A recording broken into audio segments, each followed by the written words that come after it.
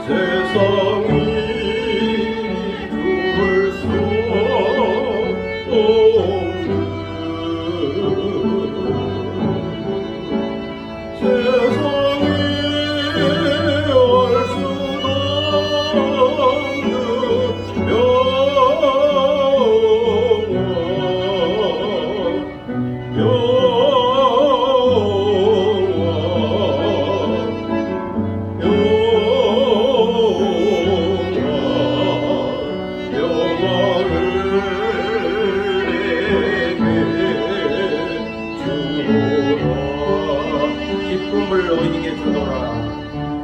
기쁨을 너희에게 주노라. 세상이 줄 수 없는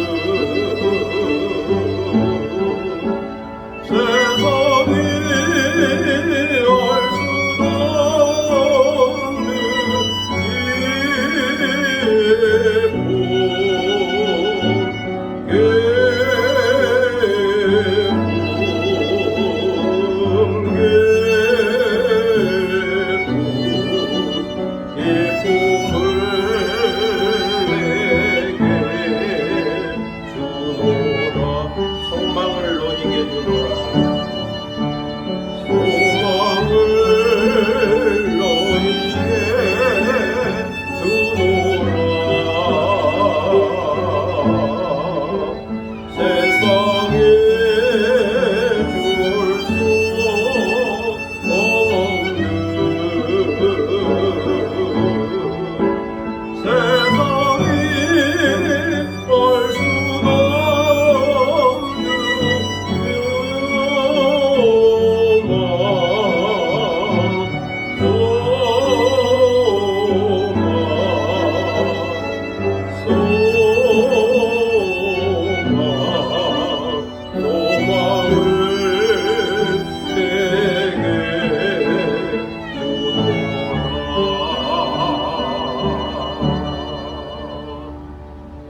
하나님은 영이시니 예배하는 자가 신령과 진정으로 예배할지니라. 아멘.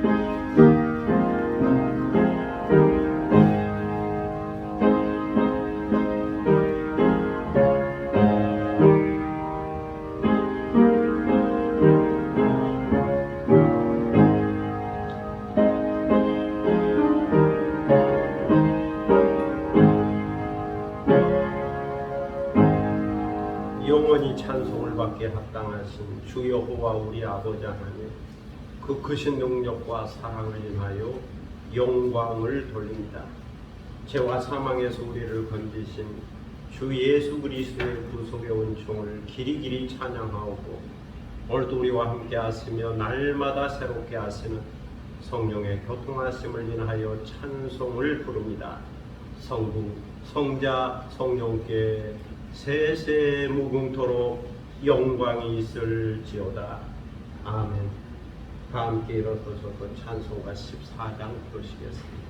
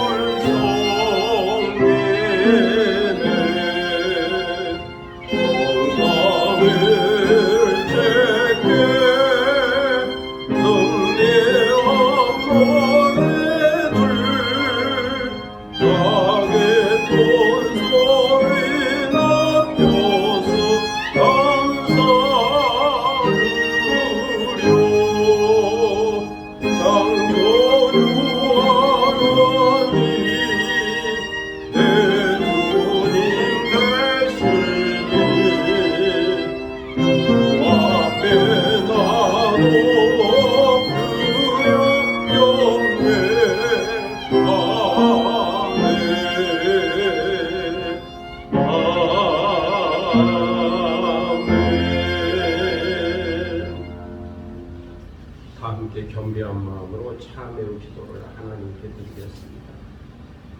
은혜와 긍휼이 풍성하신 하나님 아버지, 주님의 은혜 가운데 무더운 한 주간을 보내고 8월 첫 주일 아침에 성령의 견인하심과 이끌림을 받아 주님 앞에 나왔습니다. 세상은 마치 바다와 같아서 잔잔함과 풍랑이 함께 공존하고 있습니다. 정박했을 때는 모르지만 항해를 하게 되며 수많은 바다의 위험에 직면하게 됩니다.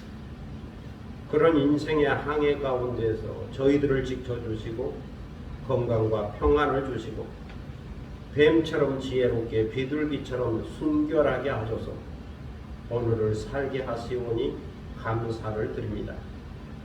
이제 찬송을 부른 후에 참회하오니 저희들을 불쌍히 여겨주시기를 기도하옵나이다.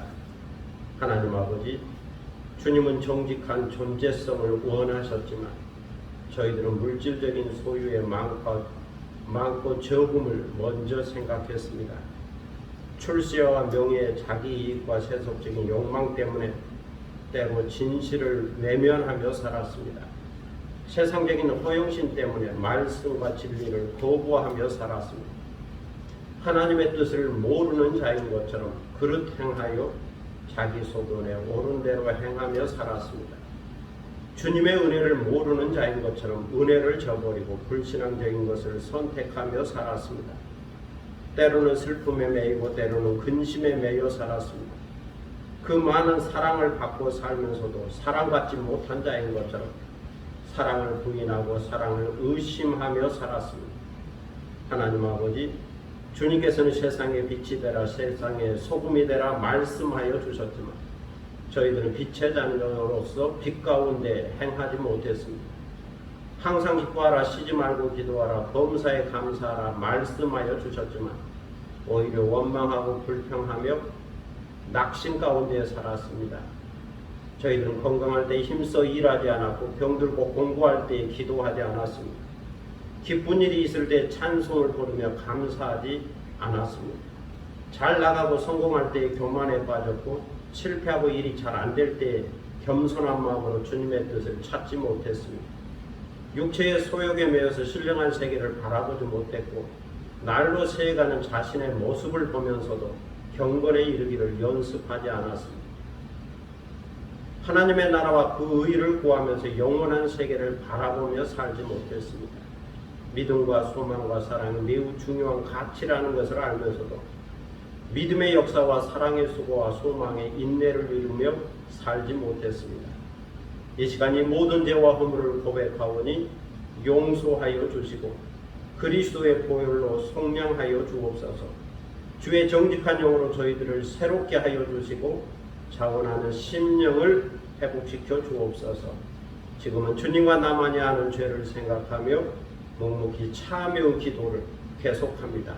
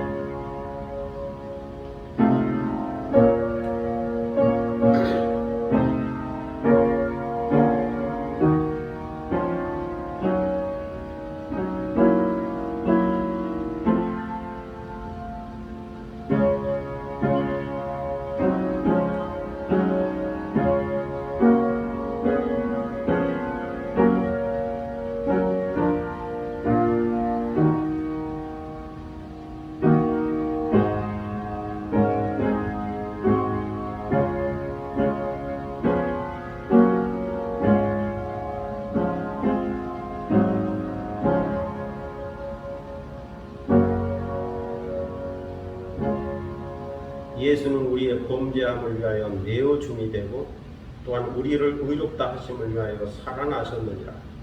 그러므로 주 예수 그리스도 안에 있는 자에게는 결코 정죄함이 없느니라. 아멘. 사도신경으로 우리의 신앙을 함께 고백하겠습니다. 전능하사 천지를 만드신 하나님 아버지를 내가 믿사오며 그 외아들 우리 주 예수 그리스도를 믿사오니 이는 성령으로 잉태하사 동정녀 마리아에게 나시고 본디오 빌라도에게 고난을 받으사 십자가에 못 박혀 죽으시고 장사지 사흘 만에 죽은 자 가운데서 다시 살아나시며 하늘에 오르사 전능하신 하나님 우편에 앉아 계시다가 저리로서 산자와 죽은 자를 심판하러 오시리라. 성령을 믿사오며 거룩한 공예와 성도와 서로 교통하는 것과 죄를 사하여 주시는 것과 몸이 다시 사는 것과 영원히 사는 것을 믿사옵나이다. 아멘. 자리에 앉으시겠습니다. 성시교독 42번 성시교독 42번입니다. 시편 98편 말씀을 함께 교독하도록 하겠습니다. 성시교독 42번 새 노래로 여호와께 찬송하라. 그런 기이한 일을 행하사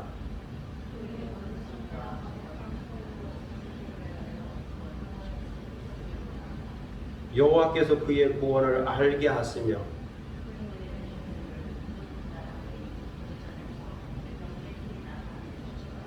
그가 이스라엘 집에 베푸신 인자와 성실을 기억하셨으므로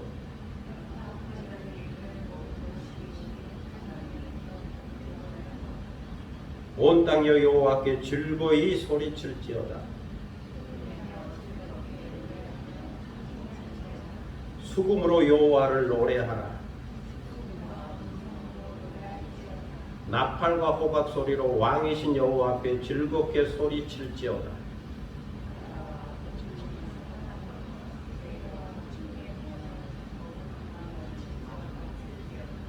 여호와 앞에서 큰 불은 박수할지어다. 산악에 함께 즐겁게 노래할지어다. 아멘.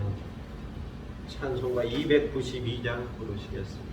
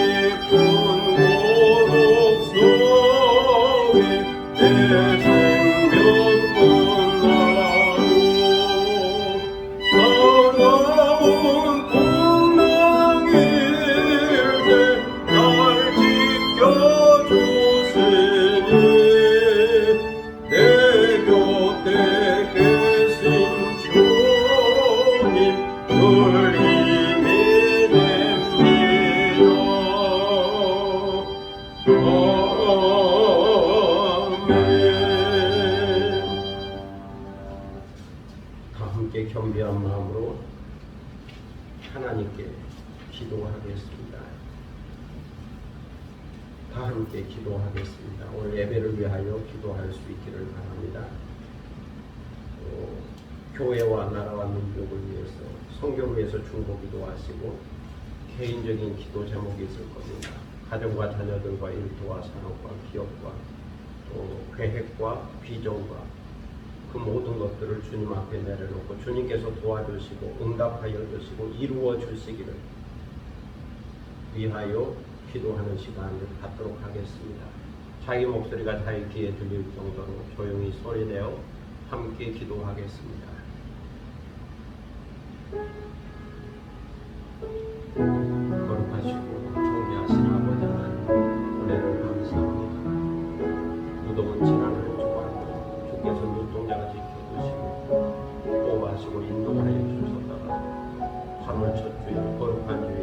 다시 주님의 이름으로 모여서 평안한 가운데 예배드리게 하시니 감사를 드립니다.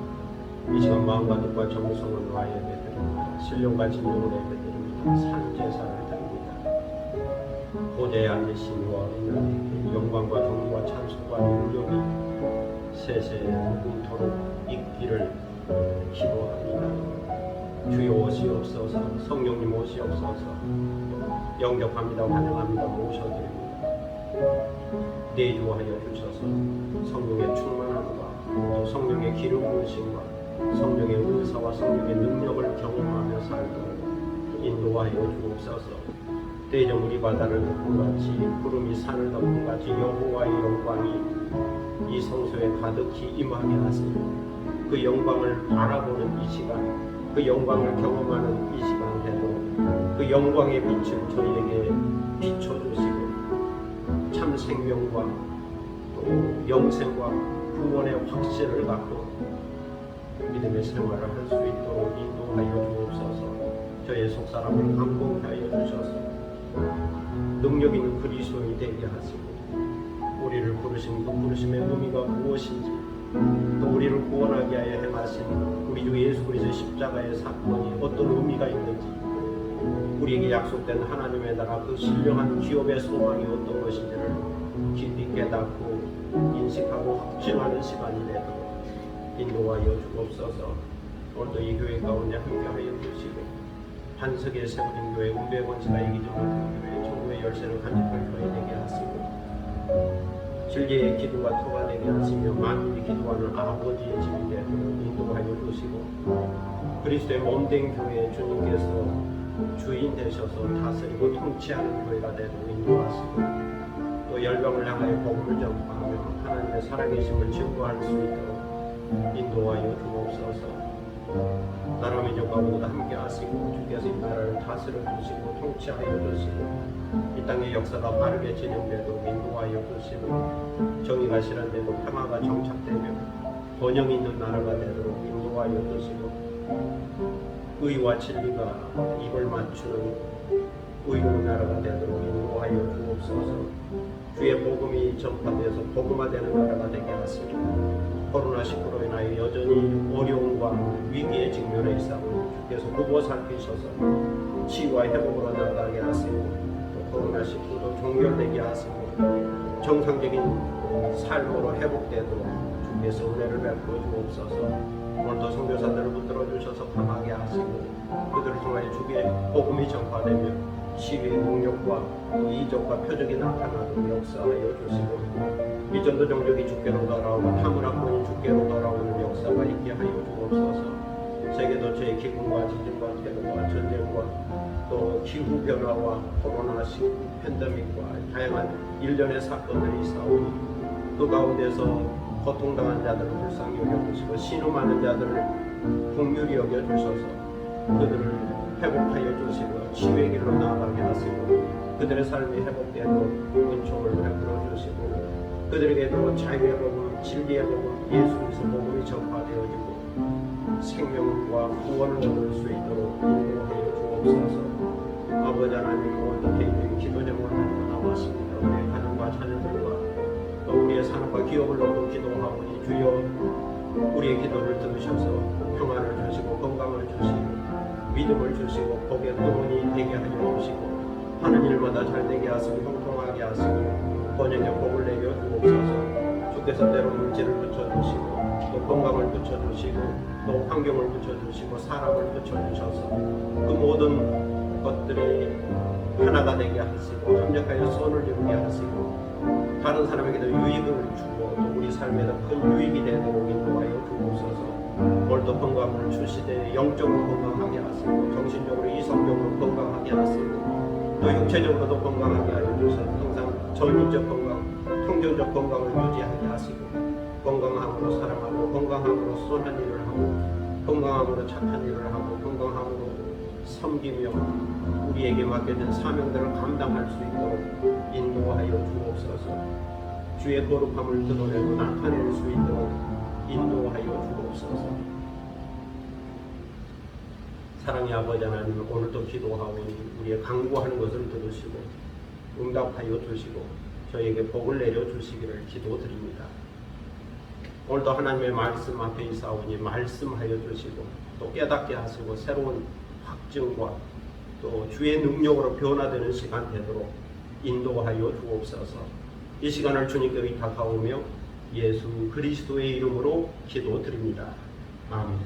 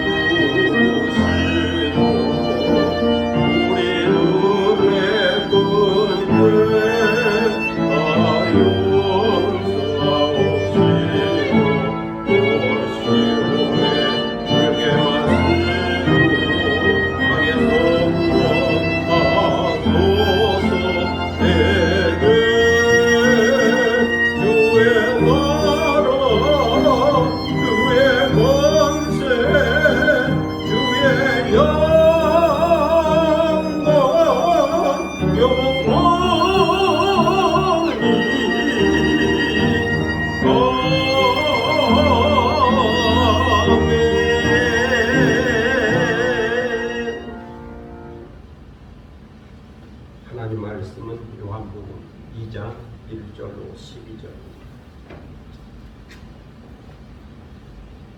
요한복음 2장 1절로 12절입니다. 신약성경 143면 되겠습니다. 요한복음 2장 1절로 12절입니다. 이 계시의 말씀을 받들어 읽을 때에 살아계시는 하나님의 음성을 듣는 시간이 되시기를 바랍니다. 사흘째 되던 날 갈릴리 가나에 혼례가 있어 예수의 어머니도 거기 계시고 예수와 그 제자들도 혼례에 청함을 받았더니 포도주가 떨어진지라 예수의 어머니가 예수에게 이르되 저들에게 포도주가 없다 하니 예수께서 이르시되 여자여 나와 무슨 상관이 있나이까 내 때가 아직 이르지 아니하였나이다. 그의 어머니가 하인들에게 이르되 너에게 무슨 말씀을 하시든지 그대로 하라 하니라. 거기에 유대인의 정결 예식을 따라 두세 통 드는 돌 항아리 6이 놓였느니라.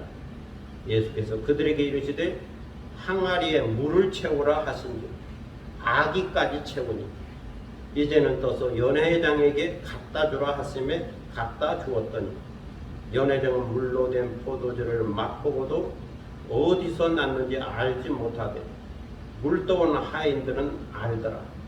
연회장이 신랑을 불러 말하되 사람마다 먼저 좋은 포도주를 내고 취한 후에 낮은 것을 내거늘 그대는 지금까지 좋은 포도주를 두었도다 하니라.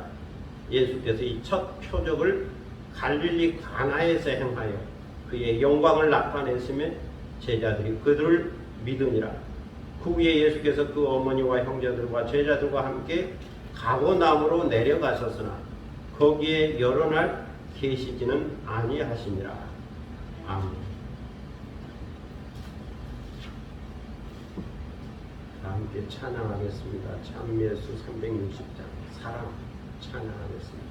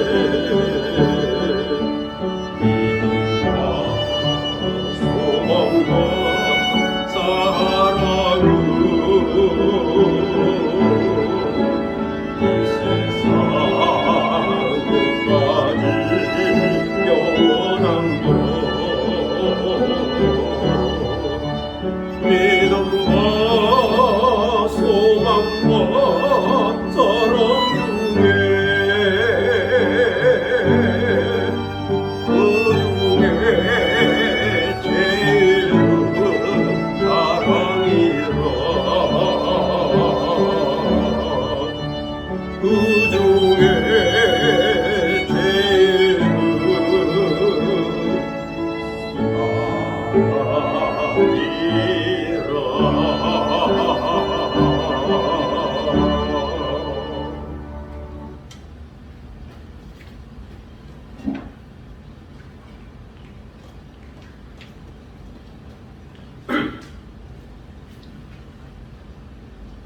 이스라엘 성지 순례 중에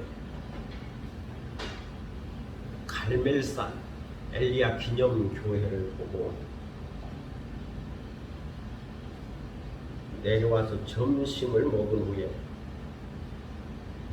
갈릴리 나사렛 방향으로 버스를 타고 갔습니다. 그날 비가 갠 날이라 하늘이 맑고 구름이 많았던 날로 기억합니다. 갈릴리 지역에 가까이 다가오자 저 앞 2시 방향에 변화산이라고 하는 다볼산이 보였고, 또 10시 방향에는 나사렛 산지가 있는데 그 위로 7색깔 무지개가 걸쳐 있었습니다. 나사렛 산지와 다볼산 사이로 무지개가 보였습니다. 그 아름다운 풍경에 탄성을 지르며 감격할 때에 버스는 산길을 돌아오르고 저 앞에 예수님의 고향 나사렛 마을이 보였습니다. 나사렛 마을에 도착하여 기념교회들을 살펴보고 과일 가게에서 크고 탐스러운 송유가 있어서 여러 개 사서 함께 나누어 먹었습니다. 그리고 다시 버스를 타고 조금 더 남쪽으로 내려갔더니 가나 마을이 있었습니다. 가나에 내려 기념교회들을 살펴보고 거기 돌 항아리가 있어서 돌 항아리도 한번 만져보고, 또 와인이 유명하다고 그래서 가이드가 와인 가게로 인도하더라고요. 그래서 와인 가게도 한번 들어보고, 와인 가게가 유명하다, 와인이 유명하다, 가나 와인이 유명하다 하는 이야기를 들으며 가나 혼인잔치를 생각했습니다. 오늘 성경은 사흘째 되던 날 갈릴리 가나에 혼례가 있었다라고 말씀하고 있습니다.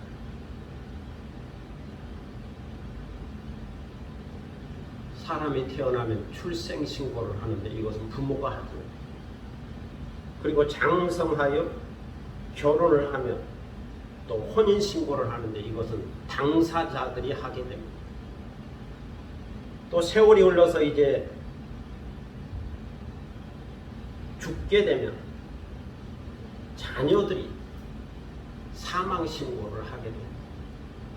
출생신고는 부모가, 결혼신고는, 혼인신고는 당사자, 사망신고는 자녀들이 하는 인생의 그런 신고가 있는데, 그 중에 혼례라고 하는 것은 당사자도 기쁘고 또 그 부모도 기쁘고 축하하러 오는 모든 하객들도 기쁜 아주 즐거운 날입니다. 이때는 예수님이 나다나엘을 만난 후 사흘째 되던 날, 이보다 더 큰 일을 보리라 말씀하셨는데, 그리고 사흘이 되던 날 갈릴리 가나 혼례에는 예수님의 어머니 마리아도 가셨고 또 예수님과 제자들도 함께 청함을 받아서 가게 된 혼인잔치입니다. 이 혼인 예식의 신랑과 신부가 누구인지는 잘 모르지, 또 양가 부모님이 누구인지도 잘 모릅니다. 요한이 이것을 자세히 기록하고 있지는 않습니다. 그런데 전설에 의하면 예수님의 어머니 마리아가 신랑의 이모라는 말이 내려져 오고 있습니다. 이 관계를 생각할 때 신랑의 어머니와 마리아는 자매라는 사실을 알 수가 있습니다. 그런데 요한과 야고보의 어머니 살로메도 마리아와 자매입니다. 그러므로 마리아에게는 세 자매가 있었는데 그 중에 한 자매 가정에 혼인 예식이 있게 된 겁니다. 이 세 자매의 나이를 자세히 알 수는 없지만 아마도 예수님의 어머니 마리아가 큰 언니였던 것으로 보입니다. 유대인들은 일찍 결혼을 하는데 예수님은 30이 되도록 결혼을 안 했기 때문에 예수님의 나이를 생각할 때 어쩌면 마리아가 큰 언니였을 거다, 그렇게 추측할 수가 있습니다. 그래서 이 혼례에는 세 자매가 함께 있었고 예수님과 그 제자들도 혼례에 청함을 받았습니다. 육신적으로 하면 예수님도 친척이니까, 또 예수님의 입장에서 보면 이모의 아들 혼인 예식이니까 초청을 받은 겁니다. 그리고 요한도 세베대의 아들 야고보와 요한, 그 어머니가 자매니까 요한도 친척이었기 때문에 초대를 받았고, 또 요한은 그 친척을 너무나 잘 알고 있었기 때문에 아마 여기에 그 이름들을 생략했으리라 생각합니다. 서로 잘 아는 사이였다 하는 거죠. 그러므로 예수님의 어머니 마리아는 이 혼인잔치집에 손님으로 온 것은 아니죠. 축하로 온 하객은 아니죠. 신랑 어머니의 언니로서, 또 신랑의 큰 이모로서 이 잔치를 돕기 위해서 온 겁니다. 옛날부터 잔치라고 그러면 먹고 마시는 거예요. 음식이 있어야 하고 술이 있어야 하는데, 유대 문화는 포도주가 주된 술이었기 때문에 음식과 술을 대접하게 됩니다. 포도주를 대접하게 됩니다. 와인을 대접하게 됩니다. 그래서 신랑의 어머니는 손님을 접대하고 손님을 맞이해서 인사하고, 언니 마리아가 주방을 책임지면서 음식을 준비했으리라 생각하게 됩니다. 이렇게 음식을 준비하면서 큰 잔치가 열렸는데 손님이 많이 와서, 하객들이 많이 와서 포도주가 떨어져서, 유대오 혼례 문화에 있어서 가장 중요한 것이 포도주입니다. 잔치에서 반드시 있어야 할 것이 포도주의 와인이죠. 손님들이 생각한 것보다 더 많이 왔는지, 아니면 손님들이 즐거운 마음으로 포도주를 많이 마셨는지 자세히 알 수는 없지만 준비된 포도주가 다 떨어졌습니다. 상황이 급하게 되었죠. 그래서 어머니 마리아가 예수님에게 말했습니다. 저들에게 포도주가 없다. 주방에 포도주가 다 떨어졌다. 포도주가 있어야 하겠다. 생각해보면 예수님에게 포도주가 있는 것도 아니고 돈이 있는 것도 아니고, 그렇다고 포도주 공장을 하는 것도 아니고 와인 공장을 하는 것도 아니고, 또 어떤 집에 맛 좋은 포도주가 있는지 아는 것도 아니고, 포도주가 떨어졌는데 예수님이라고 해서 무슨 수가 있는 것도 아니죠. 그럼에도 불구하고 마리아는 이 문제를 예수님께 이야기했습니다. 예수님께 의논한 거죠. 이 문제를 해결해 달라고 부탁한 거죠. 오늘날 성도의 입장에서 보면 기도하게 된 겁니다. 여기에 마리아의 믿음이 있어서, 마리아의 지혜가 있어서, 마리아는 육신적으로는 자기 아들이지만 예수님이 하나님의 아들이라는 사실을 알고 있었죠. 많은 경험을 했으니까, 30여 년 동안 많은 경험을 했으니까 예수님이 특별한 분이라는 것을 알고 있었죠. 예수님의 능력도 알고 있었고 지혜도 알고 있었고 예수님이 이런 문제도 해결할 수 있는 사람이라는 것을 알고 있었고 믿었던 거죠. 그래서 이 문제를 예수님께 부탁하게 된 겁니다. 이 간청을 듣고 예수님이 한마디 했죠. 여자여 나와 무슨 상관이 있나이까? 내 때가 아직 이르지 아니하였나이까? 여기서 여자라고 한 말은 우리말로 번역을 이렇게 해서 그렇지 헬라어 원문에 보면 최고의 존칭어 표현입니다. 여인에 대한 최고의 존칭어로 쓰여져 있습니다. 그래서 이 번역이 좀 우리 문화권에서는 적절하지 않다고 생각해서 공동 번역에서는 이렇게 번역을 했습니다. 어머니, 그것이 저에게 무슨 상관이 있다고 그러십니까? 어머니라고 그냥 번역을 했습니다. 사실 그것은 당신의 문제이고 아직 저의 때는 이르지 않았습니다. 포도주가 떨어진 것은 당신의 문제예요. 신랑의 문제예요. 그리고 하객들의 문제지. 나의 문제는 아니에요. 그리고 내가 하나님의 아들인 것을 저들에게 아직 드러낼 때가 아니에요. 아직 능력을 행할 때가 아니에요. 아직 때가 아니에요.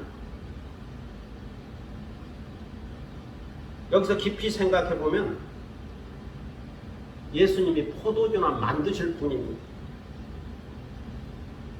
하나님의 아들이신데 그리스도인데 포도주나 만들고 포도주나 해결하실 분이냐 하는 거죠.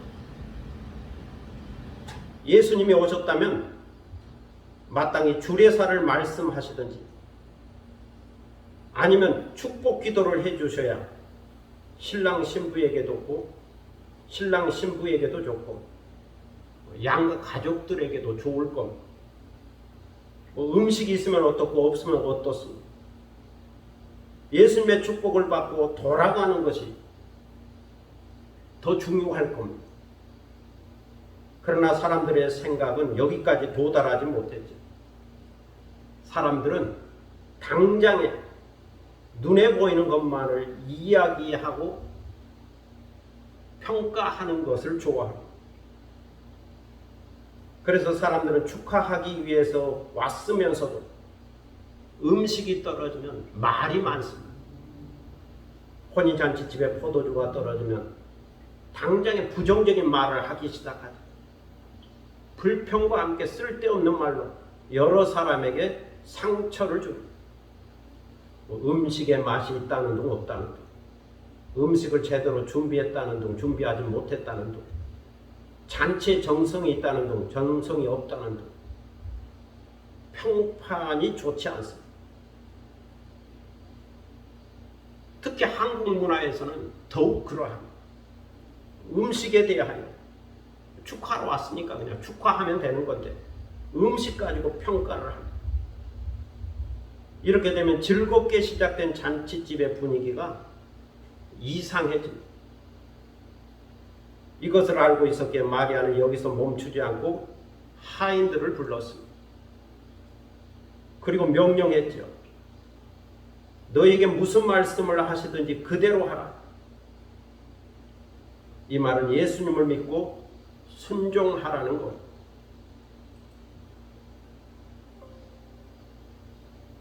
무슨 말씀을 하시든지 무조건 순종하라. 이유를 묻지 말고 순종하라. 너희들의 생각이나 상식이나 경험을 말하지 말고 순종하라. 불평하지 말고 순종하라. 너희들이 믿고 순종하면 저분이 다 알아서 할 것이다. 무슨 말씀을 하시든지 그대로 하라. 그리고는 서둘러 자리를 떠났습니다. 이제 이 문제는 예수님에게 돌아왔죠. 예수님이 해결해야 할 문제가 되었죠. 예수님 입장에서 보면 주례서나 축복기도에 해야 할 분이신데 졸지에 음식을 책임져야 할 상황이 되었습니다. 포도주, 와인을 해결해야 할 상황이 되었죠.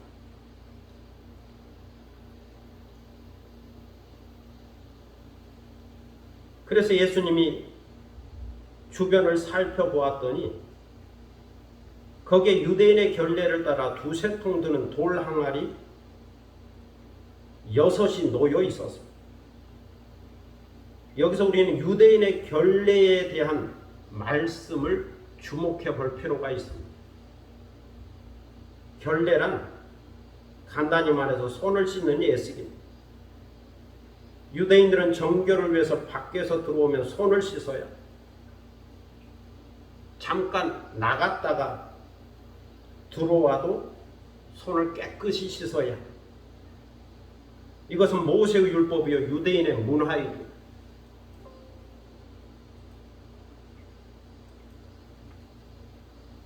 그러므로 어떤 집에 가든지 결례를 위한 항아리와 물이 있어야 합니다. 이것은 모세의 율법이요 유대인의 문화죠. 그러므로 어떤 집에 가든지 결례를 위한 항아리와 물이 있어야 돼. 아마도 이 혼인잔치집에도 결례를 위하여 돌 항아리와 물이 가득했을 것으로 보여집니다. 그런데 그동안 이 집을 찾은 손님들이 그 물을 다 사용했기 때문에 지금은 빈 항아리가 된 거죠. 돌 항아리 6개만 있었지만 지금은 빈 항아리가 되었습니다. 그것을 보시고 예수님께서 하인들에게 말씀하셨죠. 항아리에 물을 채우라. 항아리에 물을 채우라. 그러자 하인들이 말씀하신 대로 순종했습니다. 이유를 묻지 않고 순종했죠. 아마도 결례를 위하여 항아리를 채우라 하는가 그렇게 생각했는지도 모르겠습니다. 그들이 어떤 생각을 했든지 간에 예수님께서 말씀하시니 하인들이 항아리 아기까지 물을 채웠습니다. 아기 항아리의 목까지 가득 채웠다는 말입니다. 그러자 예수님께서 다시 말씀합니다. 이제는 떠서 연회장에게 갖다 주라. 그냥 그 물을 떠서 연회장에게 갖다 주라. 그러자 또 하인들이 시키는 대로 했습니다. 말없이 묵묵히 갖다 주었습니다. 왜 물을 떠다 주라고 그러는지 알 수도 없었고 이유도 몰랐고 상식적으로 생각할 때 이해도 안 됐지만 그냥 떠다 주라 그러니까 떠다 주었습니다. 그리고 연회장은 그것이 포도주라 생각하고 받아들고 먼저 맛보았죠. 그랬더니 포도주 맛이 아주 좋았습니다. 그렇지만 연회장은 어디서 이 포도주가 났는지 알지 못했죠. 돌 항아리에서 물을 떠온 하인들만 알고 있었습니다. 포도주를 맛본 후에 연회장이 신랑을 불러서 말합니다. 사람마다 먼저 좋은 포도주를 내고 취한 후에 낮은 것을 내거늘 그들은 지금까지 좋은 포도주를 두었도다. 이것은 포도주 맛이 처음 것보다 낮은 것이 더 맛있다는 이야기죠. 그래서 이 포도주 때문에 신랑을 칭찬했습니다. 어떻게 이리도 좋은 포도주를 두었느냐. 그러나 신랑도 연회장들도 손님들도 알지 못했습니다. 이 포도주가 어떻게 만들어졌고 어떻게 해서 여기까지 오게 된 것인지 알지 못했죠. 이것은 주님의 말씀을 순종하는 하인들과 옆에서 이것을 지켜본 제자들만이 알고 있었습니다. 그리고 멀리서 이것을 지켜본 마리아도 알고 있었으리라 생각합니다. 오늘 본문에서 우리는 마리아의 믿음과 하인들의 순종을 살펴볼 수 있습니다. 무슨 일이든지 시키는 대로 하라는 마리아의 말과 묵묵히 말씀에 순종하는 하인들의 태도를 살펴볼 수 있습니다. 하인들은 예수님의 말씀 앞에서 상식을 따지지 않았죠. 이치를 따지지 않았죠. 경험을 말하지 않았죠. 이유를 묻지 않았죠. 사실 하인들은 왜 결례를 행할 때 쓰는 돌 항아리에 물을 채워야 하는지, 왜 그것을 떠다가 연회장에게 갖다 주어야 하는지 그 이유를 몰랐습니다. 그들의 상식과 경험으로는 도대체 이해할 수 없는 일이었습니다. 그럼에도 불구하고 그들은 이유를 묻지 않고 주님께서 말씀하시니 순종했습니다. 그러자 물이 변하여 포도주가 되었습니다. 돌 항아리의 물이 변하여 맛 좋은 와인이 되었습니다. 오늘 성경 11절에 보면 이 사건을 이렇게 설명하고 있습니다. 예수께서 이 첫 표적을 갈릴리 가나에서 행하여 그의 영광을 나타내심에 제자들이 그를 믿으니라. 물로 포도주 만드는 사건을 처음 표적이라고 말씀하고 있습니다. 처음 표적이다. 다른 성경에서는 기적 또는 이적, 능력, 권능이라는 표현을 쓰고 있는데 요한복음에서만큼은 표적이라는 단어를 쓰고 있습니다. 헬라어 세메이온, 표적이라는 단어를 쓰고 있습니다. 왜 요한은 이 사건을 표적이라 말하게 된 걸까요? 거기에는 깊은 뜻이 담겨져 있습니다. 표적이란 놀라운 일들과 기적적인 사건 속에 큰 의미가 담겨져 있을 때 사용하는 단어입니다. 다시 말해서 이 사건을 통하여 어떤 뜻과 의미를 전달하고자 할 때에 표적이라는 세메이온이라는 단어를 사용하게 됩니다. 이처럼 의미와 뜻을 전달하는 언어가 표적이다. 여기에 어떤 메시지가 있다. 어떤 뜻이 있다. 어떤 계시적 의미가 있다. 중요한 의미가 있다. 그런 뜻으로 표적이라고 하는 단어를 쓰게 됩니다. 그러면 물로 포도주를 만든 표적에는 어떤 의미와 뜻이 담겨져 있는 걸까요? 예수님께서 혼인잔치에서 양적인 변화가 아닌 질적인 변화를 일으킨 이유가 무엇일까요? 첫째는 하나님께 영광을 돌린다는 의미가 있습니다. 하나님의 거룩하심과 능력을 나타냈다는 의미가 있습니다. 그리고 하나님께서 인간의 가정을 소중하게 여기시고 인간의 혼인잔치를 귀하게 여기신다고 하는 의미도 담겨져 있습니다. 하나님께서도 인간의 관심, 인간의 즐거움, 인간의 잔치 분위기를 긍정적으로 평가하시고 돌보아 주신다는 겁니다. 하나님께서는 인간이 즐거워하시는 모습을 보시고 더 즐겁도록 배려해 주신다. 그러면서 말씀하시는 거죠. 이 잔치를 즐겨라. 포도주가 떨어졌느냐 그러면 내가 더 만들어 주겠다. 잔치를 충분히 즐겨라. 기뻐하라. 이렇게 참 좋으신 하나님의 이미지를 보여주고 있습니다. 바로 여기 예수님의 휴머니즘이 있죠. 지극히 인간적인 모습이 있죠. 인간적인 사랑이 있죠.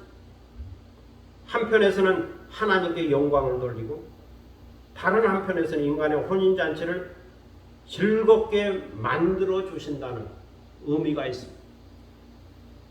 인간의 즐거움에 사람의 즐거움에 함께 참여한다. 함께 즐거워한다고 하는 의미가 담겨져 있습니다. 그렇게 함께 즐거워하면서 하나님께 영광을 돌리는 겁니다. 둘째는 제자들로 하여금 믿음을 가지도록 도와준다는 의미가 있습니다. 여기에는 먼저 마리아의 믿음이 있습니다. 다음으로 순종하는 하인들의 믿음이 있습니다. 그리고 마지막으로는 제자들의 믿음이 있습니다. 이처럼 물로 포도주 된 사건을 통해서 믿음의 역사가 일어나고 있습니다. 여기서 예수님은 믿고 순종할 때 놀라운 이적과 표적이 나타날 수 있다고 하는 메시지를 전해주고 있죠. 예수님은 나다나엘에게 이보다 더 큰 일을 벌이라 말씀하셨죠. 물로 포도주 만드신 사건 속에는 나다나엘이 무화과 나무 아래에서 내가 묵상하는 것을 알고 있었다 말씀하셨는데 그 후에 이것보다 더 큰 일이 일어나는 것을 보리라 말씀하셨죠. 이것보다 더 놀라운 일, 내가 무화과 나무 아래에서 묵상하는 것, 그것도 놀라운 일인데, 그걸 아는 것도 놀라운 일인데, 그것보다 더 큰 일을 보리라 말씀하셨죠. 그런데 더 놀라운 일, 더 큰 일이 바로 물로 포도주 만드신 사건 속에 담겨져 있는 거죠. 그러면서 따르는 제자들에게 내가 하나님의 아들이요 그리스도다. 내가 하나님의 아들이요 그리스도다. 이제 부른 지 얼마 되지 않았고 따른 지 얼마 되지 않았지만 여기서 말씀하는 겁니다. 내가 하나님의 아들이요 그리스도다. 그러니 이것을 믿으라. 이 물로 포도주 된 사건, 이 표적을 보면서 믿으라는 거죠. 그래서 물로 포도주 만드신 사건은 제자들의 믿음을 일으키는, 또 믿음을 세우는, 믿음을 갖게 하는 놀라운 의미가 담겨져 있다는 겁니다. 셋째는 모든 믿는 자들에게 질적인 변화가 가능하다는 의미가 있습니다. 물론 포도주 만든 표적은 양적인 변화가 아니라 질적인 변화죠. 이것은 본질이 변하고 근본이 변하는 이적입니다. 양이 변한 게 아니죠. 많이 생겼다고 하면 양이 변한 게 아니고 물이 포도주가 되었으니 이건 본질이 바뀐 겁니다. 질적인 변화죠.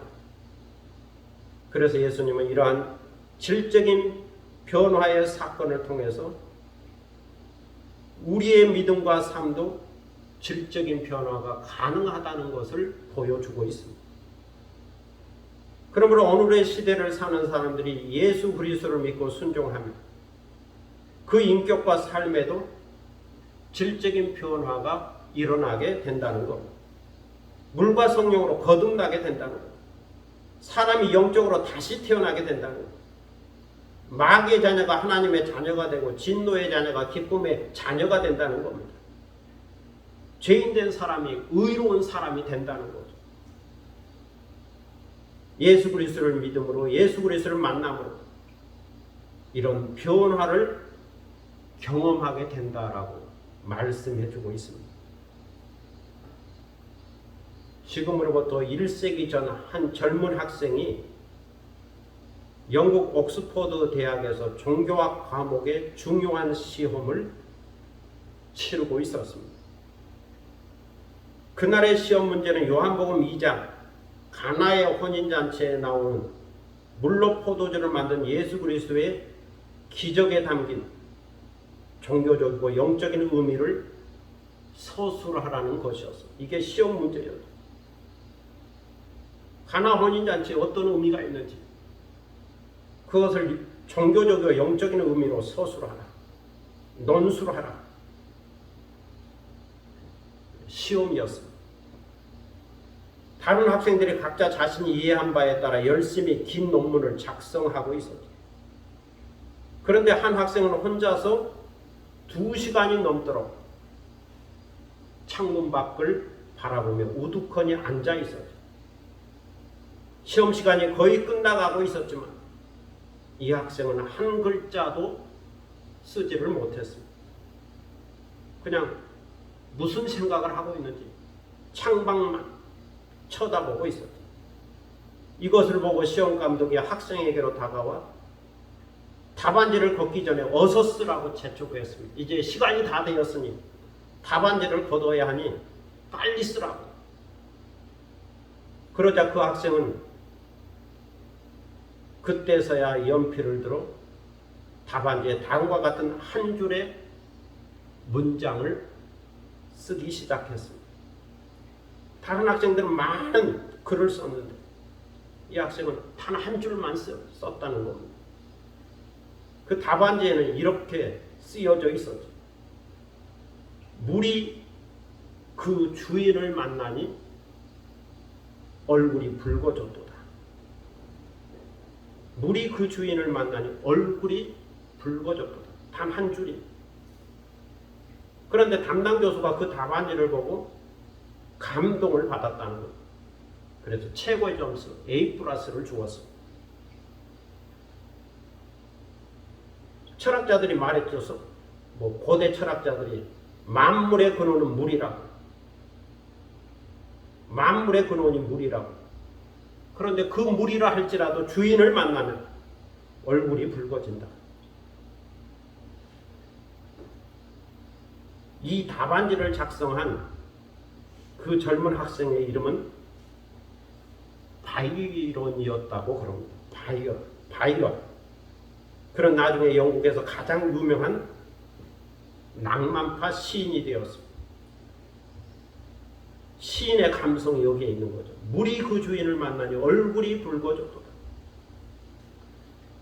누구든지 인격이든지 물질이든지 누구든지 참 인생의 주인을 만나면 그 얼굴도 그 인생도 그 본질도 맛 좋은 와인처럼 변화된다는 거예요.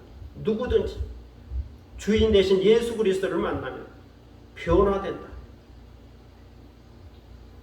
그것을 이 한 문장을 통해서 말해주고 있습니다. 물이 그 주인을 만나니 얼굴이 붉어졌도다. 오늘도 이렇게 깨닫고 우리 인생의 주인 대신 예수 그리스도를 만남으로써 붉게 물든 와인처럼 사랑으로 아름답게 물든 인생이 되시기를 축복합니다. 기도하겠습니다. 사랑의 아버지 하나님 은혜를 감사합니다. 오늘 우리는 예수님께서 가나 혼인 잔치에 가셔서 물로 포도주를 만드셨다고 하는 귀한 표적의 말씀을 들었습니다. 이 이야기 속에는 많은 사건들이, 많은 말씀들이 담겨져 있습니다. 무엇보다도 중요한 것은 예수님이 이 사건을 통하여 하나님께 영광을 돌리고 또 이 잔치를 하나님께서도 기뻐하신다는 것을 보여주고 있고 또 제자들에게 믿음을 심어주기 위한 깊은 뜻이 담겨져 있고 그리고 믿는 자가 예수 그리스도를 만나면 변화된다고 하는 질적인 변화를 그 인격도 성품도 마음도 삶도 변화된다고 하는 놀라운 진리를 깨우쳐 주고 있습니다. 아버지 하나님, 이 사건을 통하여 마리아의 믿음 또 하인들의 믿음, 제자들의 믿음만 보는 게 아니고 우리도 믿음을 갖게 하시고 인격적으로 예수 그리스도를 만남으로 물이 포도주로 변화된 것처럼 우리 인생도 변화되고 우리 삶도 변화되도록 인도하여 주시고 신령한 변화를 경험하며 사는, 그래서 하늘이 열리는 것을 보고 이보다 더 큰 능력들을 경험하고 체험하며 사는 저희들이 되게 하여 주옵소서. 물이 그 주인을 만나니 얼굴이 붉어졌도다. 바이론의 이 아름다운 시기처럼 우리 인생도 변화된 삶을 살아가도록 인도하여 주옵소서. 감사드리며 예수 그리스도의 이름으로 기도드립니다. 아멘. 찬송가 549장 부르시겠습니다.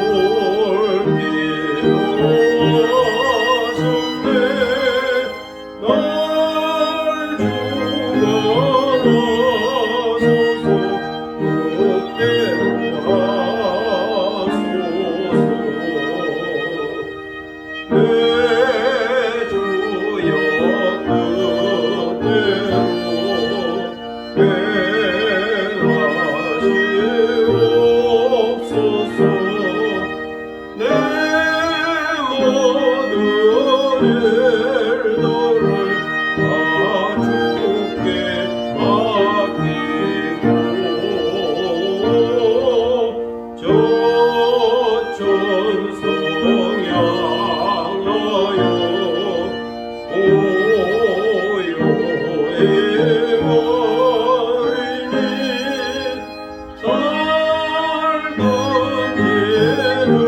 죽든지 그대로 하소서.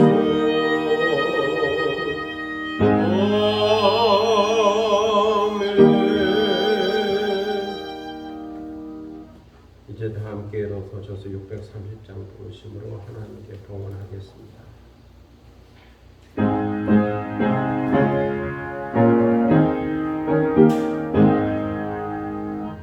진리와 생명 되신 주, 이 몸을 바치옵니다. 믿음과 소망 사랑에 한마음 되게 하소서.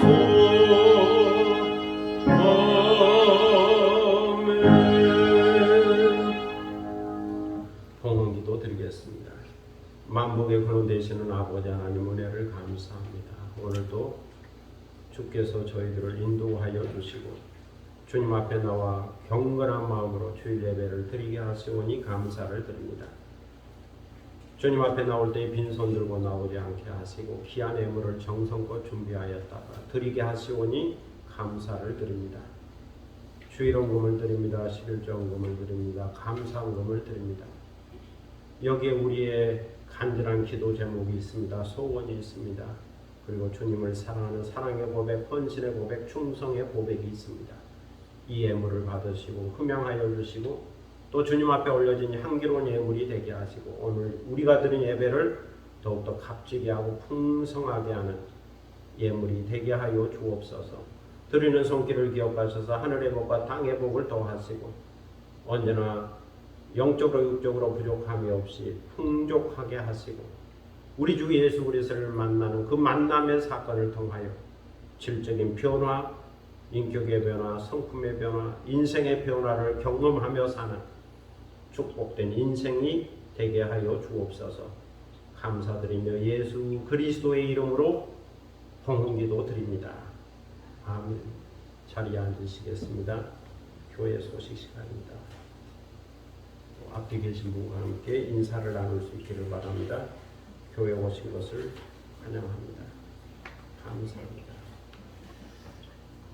에어컨이 용량이 딸려서 전기 용량이 딸려서 지금 중단이 돼서 다운이 됐습니다. 그쪽 전기선이. 그래서 잠깐 올리고 시작하겠습니다.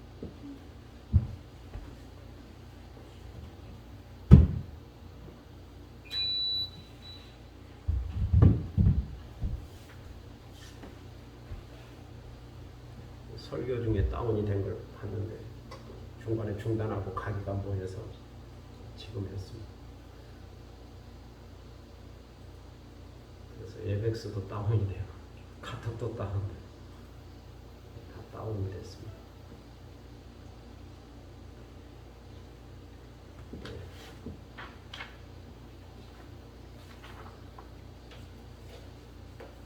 8월 첫 주일입니다. 주님의 은혜와 평안이 또 건강이 늘 함께 하시기를 바랍니다. 저도 드디어 화이자 백신을 맞았는데 괜찮습니다. 약간 통증만 있고 괜찮더라고요. 가끔 그 매스컴에서 부정적인 소문을 너무 퍼뜨려가지고 사람들이 많이 겁을 먹었는데 정상적인 사람은 괜찮은 것 같습니다. 8월 2일 새벽 5시 30분에 월삭 새벽 예배를 드립니다. 코로나19로 인한 예배 중에 사회적 거리 두고 마스크를 착용합니다. 온라인 비대면 예배는 시스코 에벡스를 사용합니다. 혹시 교회에 못 오시게 된다면 에벡스를 사용할 수 있기를 바랍니다. 다른 내용은 주보를 참고하시고 시 한 편 낭송하겠습니다. 요즘 새벽 기도하면 새벽에 매미 소리가 들리고 지금도 많이 들리죠. 매미에 관계된 시입니다. 낭송하겠습니다.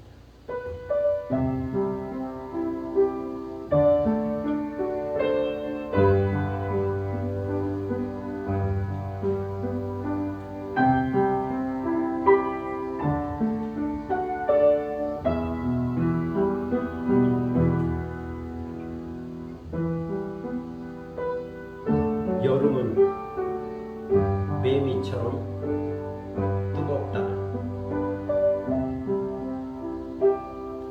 새벽을 깨우며 사랑하는 자를 부르는 열정의 몸부림. 몸통은 작지만 그렇게 작지만은 않은 커다란 사랑의 울림이다. 여름 한철 자신 닮은 생명을 다음 세대에 이어주기 위하여 땅 속에서 일어나 밝은 세상 저 높은 곳을 향하여 올라간다. 비에 젖은 날개 바람결에 말리고 푸른 숲을 비행하다가 여럿이서 나뭇가지 하나씩 부여잡고 배를 떨면서 합창을 한다. 붉은빛 노을을 바라보며 사랑하는 자를 위한 마지막 세레나데. 시간은 짧지만 그렇게 짧지만은 않은 뜨거운 여름의 함성이다.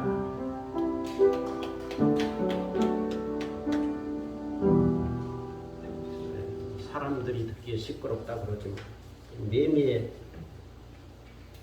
삶을 보면 이해할 만한 7년 동안 땅속에 있다가 올라온다 그러죠. 그리고 여름 한철 한 달 보름, 길게 살면 한 달 보름이고 한 달 사는 겁니다. 그 한 달을 저렇게 울부짖으며 사는 겁니다. 그걸 보면 저렇게 울어대는 것도 충분히 이해가 되는 상황인 것 같습니다. 매미가 우리한테 한마디 할 수 있죠. 너희는 나처럼 울부짖어 봤느냐? 인생을 여름 한철 뜨겁게 살아봤느냐? 매미가 우리 인생에게도 한마디 던질 수 있죠. 이제 다 함께 일어서셔서 가서 제자 삼으라 찬양하겠습니다. 찬미예수 322장.